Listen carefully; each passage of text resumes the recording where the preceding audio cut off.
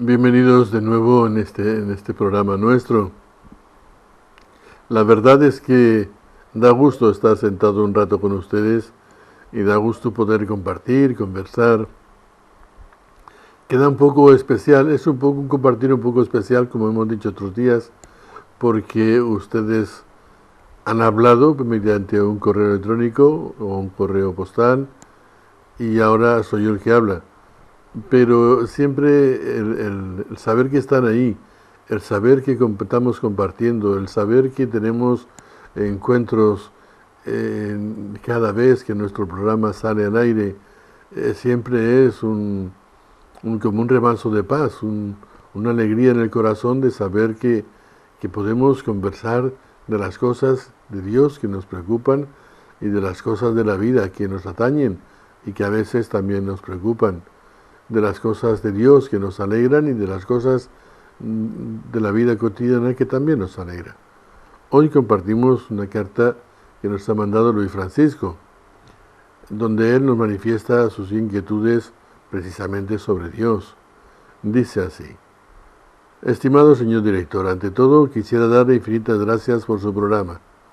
La verdad es que a mí se me queda el corazón muy en paz después de verlo, ya que me arroja luz sobre tantos acontecimientos oscuros y conflictivos de la vida, dando soluciones y puntos de vista nuevos, y se nos habla desde la paz y la serenidad, buscando siempre el acercamiento respetuoso al otro y buscando la concordia desde el sentido común y desde el amor y sobre todo desde la óptica de nuestra fe, que es lo que más nos importa, al menos a mí como creyente, aunque creo que son programas que valen para todos. Muchas gracias por sus palabras amables. Uno se siente reconfortado cuando escucha la acogida que tiene el programa entre ustedes. Dice así: pero paso sin más a exponerle la duda que me atormenta. Últimamente he conocido personas que hablan de castigos de Dios, pruebas que Dios manda para probar la fe, etcétera, etcétera. Cada vez que les sucede alguna desgracia como una enfermedad, un accidente, dicen que Dios se lo ha mandado. En mi pueblo se venera a un santo y en las fiestas, durante las celebraciones litúrgicas, se cuentan historias relativas a ese santo. Hay una historia que cuenta que uno no cumplió la promesa al santo y le ocurrieron desgracias terribles, hasta que decidió cumplir la promesa y entonces las desgracias se acabaron.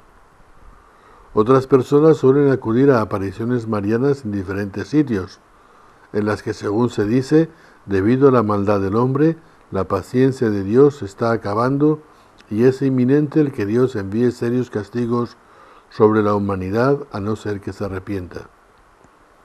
Según ellos, la Virgen dice que está conteniendo la ira de su Hijo, cuyo desenlace descargándose contra la humanidad es inminente. El catecismo que yo aprendí de chiquitín decía: Dios es nuestro Padre que está en los cielos, que premia a los buenos y castiga a los malos. Por más que lo he intentado, jamás he podido quitarme esa frase de la cabeza. ¿Qué dice la Iglesia de todo esto? A mí me llena de inquietud y de dudas. Por otra parte, un matrimonio amigo mío piensa que unas enfermedades que les han surgido a su familia pueden ser pruebas que Dios les manda para probar su fe, y a la vista de los acontecimientos y desgracias que les pasan a otras personas cristianas conocidas suyas, empiezan a pensar que cuando uno se entrega a Dios, le empiezan a ocurrir desgracias y tienen miedo de entregarse totalmente al Señor. Se remiten a las palabras de la Biblia, creo que del libro de la sabiduría: Hijo mío, si te aprestas a servir al Señor, prepárate para la prueba. Por favor, necesito que me aclare todo esto. La cita no es del libro de la sabiduría, es del libro del Eclesiastés. Pero vamos, en su conjunto, yo te diría así de una manera muy simple, que Dios no tiene, por lo visto, otra cosa que hacer. Como si Dios no tuviera otra cosa que hacer. Dios nos lo representó Jesús de una manera muy simple cuando habló del hijo pródigo, de la parábola del hijo pródigo. El hijo le pide la parte de la herencia y se marcha a vivir como un perdido. El padre se queda en la casa y todos los días va a la colina próxima para ver si su hijo llega. Un día lo ve de lejos y estando todavía lejos, el padre bajó corriendo, lo abrazó y lo cubrió de besos. Lo vistió con las mejores galas y organizó una fiesta. Eso es lo que dice el Señor. Dime qué tiene que ver eso con todo lo que tú has manifestado en tu correo. Nada. Es verdad que los hombres hacemos muchas tonterías. Es verdad que los hombres caemos enfermos. Pero no es que Dios nos mande la enfermedad. No, la enfermedad es propio desgaste humano. No es un castigo de Dios. Por el amor de Dios. Dios tiene algo mejor que hacer que andar castigando ahí a los malos. Cuando el hijo pródigo se marchó de casa, su padre no fue corriendo a castigarlo, ni mandó a ningún emisario para que lo castigara, ni para que le golpeara, ni para que le inyectara una bacteria, un virus, ni para que le... No, por el amor de Dios. Las penas nos las organizamos nosotros solos.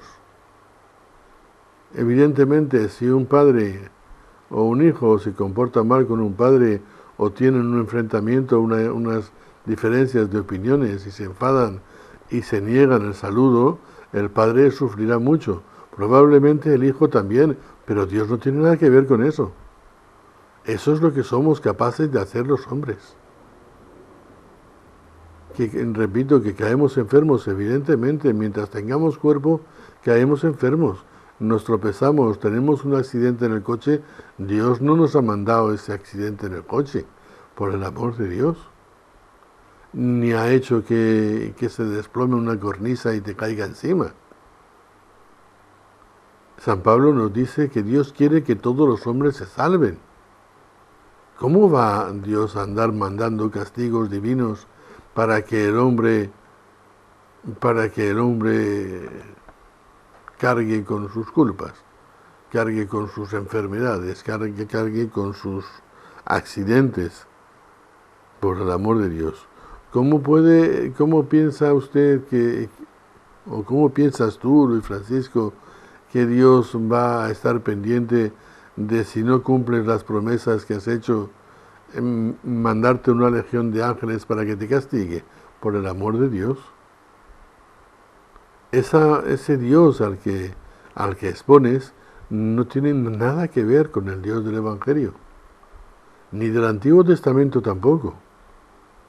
Aun cuando en el Antiguo Testamento se nos habla de guerras y se nos habla de castigos, entre comillas, no es que Dios intervenga directamente, es que Dios, de los hechos que nosotros producimos, saca lecciones para que nosotros aprendamos. San Pablo dice que todo es para el bien de aquellos que aman a Dios. Supongamos que tú estás yendo por una avenida y de pronto decides cruzar a la otra parte de la avenida. No aguardas al semáforo, miras a ambos lados, no ves a nadie cercano, te echas a cruzar y cuando estás cruzando viene un coche a gran velocidad y te arrolla. ¿Es Dios quien ha hecho esa velocidad del coche? No, por Dios. Es el error del conductor.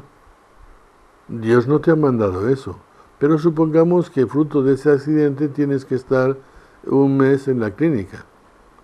Dios lo que sí quiere es aprovechar ese mes que tienes en la clínica para que aprendas que nunca debes cruzar la avenida si no es por el paso cebra, si no es por el semáforo. Dios quiere que tú tengas más sentido común y entonces el Señor aprovecha esa situación negativa, esa experiencia negativa, para sacar un resultado positivo, para que tú aprendas algo que Él te enseña, que Él quiere que tú aprendas, porque es necesario aprenderlo para tu vida. todo es para el bien de aquellos que aman a Dios, es la lección que nos da San Pablo también para entender el Antiguo Testamento. Esos pasajes que no entendemos, que aparentemente son violentos o son agresivos o suponen muerte de gente. Dios no está matando gente. La gente la matamos nosotros. La gente que se está muriendo de hambre en África o incluso en nuestro continente europeo, ya no es porque Dios los condene a pasar hambre, es porque los que tienen no comparten con los que no tienen.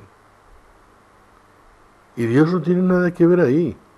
Dios lo que busca es que los que no tengan encuentren el consuelo de otras maneras y encuentren los alimentos a lo mejor de otras maneras y vayan sobreviviendo como puedan de otras formas, le encuentren un sentido a eso. Pero eso es la acción humana. El mal lo hacemos nosotros y lo hacemos nosotros cuando no nos dejamos conducir por Dios. Dios quiere el bien, Dios quiere que todos los hombres se salven. Y si el libro de Eclesiastés dice, si quieres servir a Dios, como decía, si te aprestas a servir al Señor, prepárate para la prueba, es porque en esos momentos difíciles que la vida misma te depara, o que tus propias negligencias te deparan, o que la negligencia de los que te rodean te deparan, tú aprendas a sacar algo bueno. Esa es la prueba. Sacar bueno, aprender a sacar bueno de lo malo que nos sucede. Es verdad que Dios tiene más que motivos, más que sobrados, para perder la paciencia. Porque los hombres no estamos en este tiempo nuestro, no estamos dando una derechas. Los estados quieren apartar a Dios del panorama social, quieren apartar a Dios del conspecto social y que ni siquiera se nombre ni se miente a Dios y ni siquiera se esté las representaciones del Señor puestas en las escuelas, con los crucifijos, como hace tiempo hubo una problemática social al respecto. Sí, y el Señor tendría que enfadarse hasta la saciedad porque los hombres somos unos ingratos, pero no se enfada, no puede enfadarse. El enfado es un acto de desamor y Dios es amor puro, amor sin límites, amor desbordante. ¿Cómo puede andar castigando y dando azotes a los hombres si es amor sin límites? Eso es una forma de entender las cosas desde lo humano, porque nosotros no somos amor sin límites, porque nosotros, como dice el refrán castellano, el que la hace la paga. Y entonces andamos siempre castigando al que nos hace daño, negándole el saludo, negándole el habla, alejándonos de la persona, diciéndole que no tiene vergüenza, que lo que ha hecho está mal, que eso no tiene perdón. Pero Dios no es así. Dios es un amor sin límites que busca que el hombre se salve, que busca que el hombre sea feliz, que busca que el hombre camine en la luz, que busca que el hombre haga siempre lo que es justo. Si nosotros no lo hacemos, es problema nuestro. Y es verdad que hay muchos que dicen que hay apariciones marianas en las que Dios dice que se le acaba la paciencia, o la que dicen que Dios dice que se le acaba la paciencia, que no tendrá misericordia. Por el amor de Dios, eso no es así, no hay ninguna aparición mariana de las que la Iglesia reconoce como tales, en las que Dios no hable de amor, de perdón, de reconciliación, de conversión y de misericordia. Siempre habla de lo mismo. Si el problema es que siempre habla de lo mismo, y nosotros no le hacemos caso. Entonces los hombres sacan sus lecturas, hacen sus lecturas, y como el que no habla, pues de él se puede decir todo lo que se quiera, como Dios aparentemente no habla, pues los hombres dicen todo lo que se les ocurre, todo lo que ellos piensan. Y entonces ven o miran o buscan un Dios, o hablan de un Dios castigador, un Dios represivo, un Dios... Pero ese no es el Dios del que nos habla Jesús. A ese Dios, el Dios que nos habla Jesús, Jesús le llama Padre bueno. Y dice, no digas bueno, no me digas bueno, porque bueno solo hay uno, Dios. Ese Dios que llora porque el Hijo que llora emocionado porque el Hijo vuelve a casa. Y el Hijo vuelve a casa con mala intención, por lo menos no buena. Vuelve porque por lo menos en casa de su padre comerá.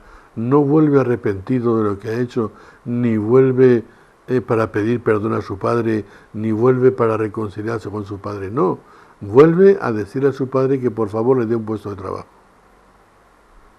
Pero el padre no le importa, el padre se tira al hijo, se echa al cuello, lo cubre de abrazos, lo cubre de besos. Ese es el Dios compasivo, el Dios misericordioso, el Dios que es amor. Como dice San Juan, Dios es amor. Y como repite la Escritura muchísimas veces. Pero nosotros vemos a Dios desde nuestra óptica, desde nuestra experiencia. Aquel que no le importa a Dios, a quien Dios no le importa un comino, entonces dice las mil barbaridades de Dios. ¿Qué pasa? Que también hemos de creerle.